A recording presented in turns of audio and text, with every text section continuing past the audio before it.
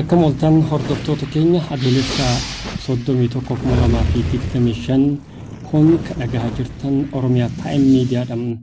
Oduu guyyaa har'aatiif qaaboo isin dhageessisaa anka isin wajjin turu Abdul Hakim Ahmad.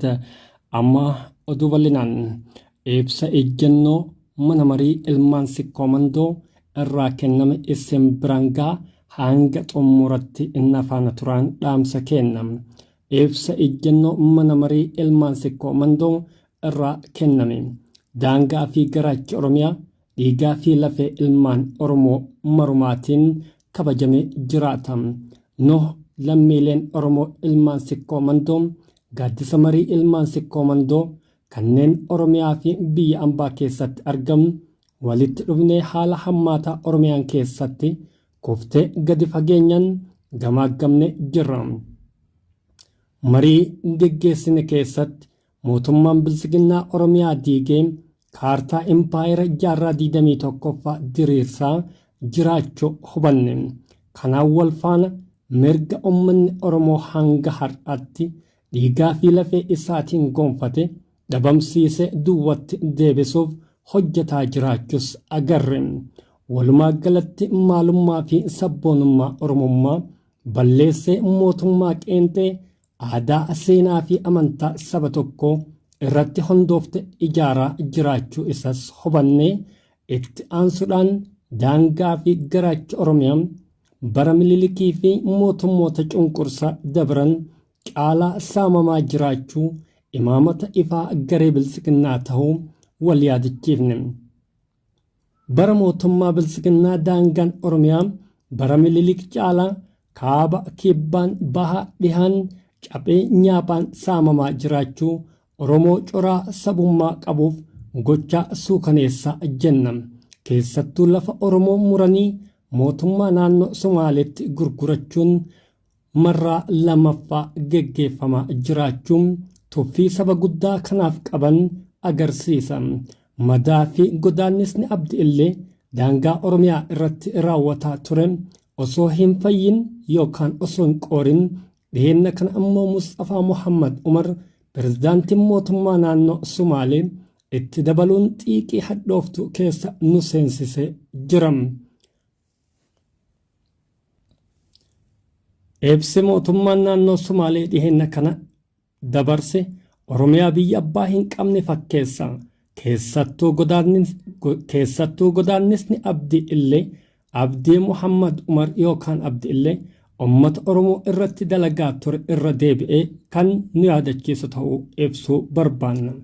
Yeroo amma bittaa mootummaa bilisiginnaa jalatti Oromoon hundumtuu haala wal fakkaataa keessa jira. Sikkoomandoo itoo humbanna Afraan Qalloo Maccaa Tuulama Sabboo Goona Walloo Karrayyuu biyya haadhaa fi abbaa isaa keessatti lafaa fi qe'ee isaa irraa buqqaafamee baqataa biyya keessaatti jijjiiramuun isaa dhugaa haalamoo miti. Balaa hammaataa uummata Oromootii fi Oromiyaa guutuu irratti goggooleffamee jiruun kana xiinxaluun nu dhalattoonni Oromoo sikkoomandoo ibsa ejjennoo fi kutannoo asii gadi maxxanfannee jirra. Ilmaan Oromoo hundumaaf waamicha lammummaa sabaatii fi waamicha iyya dabarsaa dhiyeessina. Tokko hiriira Oromoo Booranaa lafti keenya lafee keenya dhaadannoo jedhu qabatanii jalqaban of qusannaa tokko malee humna qabnu hundumaan deeggarra itti hirmaanna.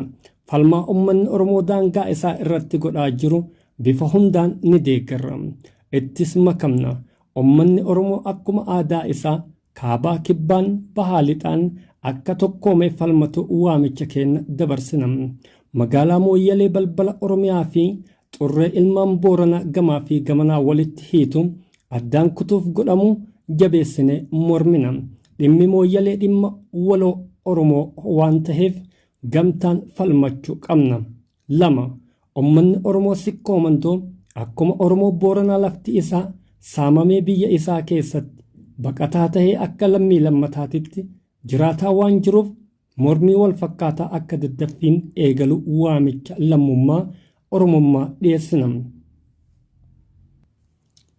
Daangaan lafa Oromoo sikkoomandoo kan muramee naannoo mootummaa Somaaleetiif kenname laga waabee irraa kaasee hanga laga gannaalee ta'us isin hubachiifna.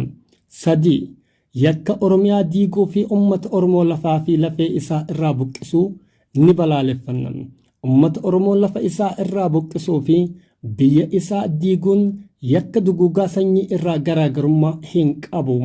Kanaafuu yakka daangaa hin qabne kanaaf mootummaan bilisiginnaa kallattiin itti gaafatamummaa gamtaan dura dhaabbanna.